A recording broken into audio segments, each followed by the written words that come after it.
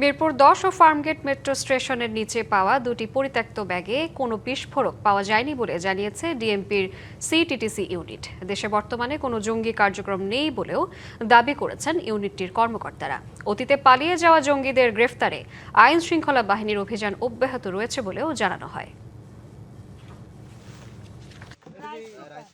সম্প্রতি দেশের কয়েকটি স্থান থেকে বোমা উদ্ধারের ঘটনায় জনমনে দেখা দিয়েছে উদ্বেগ ও উৎকণ্ঠা।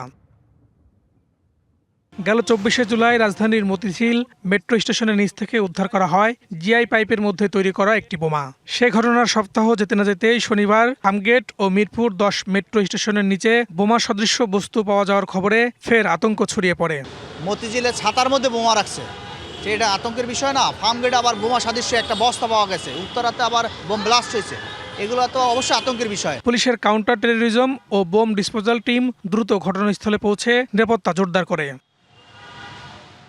পরে বিকেলে এক ব্রিফিংয়ে ডিএমপির সিটিটিসি ইউনিট জানায় ফার্মগেট ও মিরপুর 10 থেকে উদ্ধার হওয়া ব্যাগে বিস্ফোরক পাওয়া যায়নি। কথিত বোমা সদৃশ বস্তুগুলো কোনো বিস্ফোরক ছিল না, এগুলো ছিল পান, সুপারি, কৌটা এবং অন্যান্য পরিত্যক্ত আবর্জনা। জননিরাপত্তার জন্য কোনো ধরনের হুমকি বা ঝুঁকির অস্তিত্ব পাওয়া যায়নি। নগদ নিয়ে এলো হার না মানা হার অফার। সর্বনিম্ন 10,000 টাকা রেমিটেন্স নগদে পাঠালে থাকছে স্বর্ণের হার জেতার সুযোগ। দেশে বর্তমানে জঙ্গি কার্যক্রম নেই বলেও দাবি করেন সিটিটিসির কর্মকর্তা। না, গোয়েন্দা তথ্যের ঘাটতি আছে বলে আমি সেভাবে মনে করছি না। কিছুদিন আগে একটা মামলার আমরা আসামি গ্রেফতার করার পর তারা আদালতে কিন্তু 164 ধারা জবানবন্দি দিয়েছে।